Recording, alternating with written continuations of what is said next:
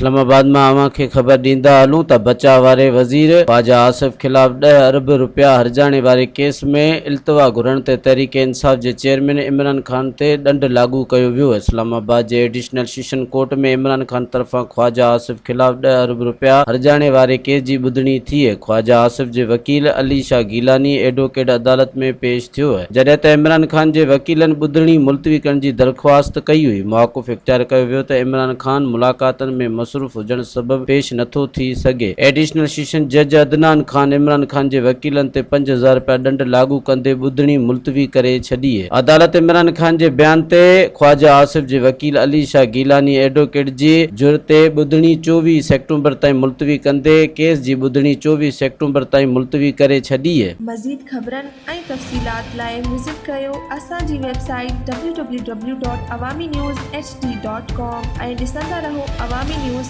HD।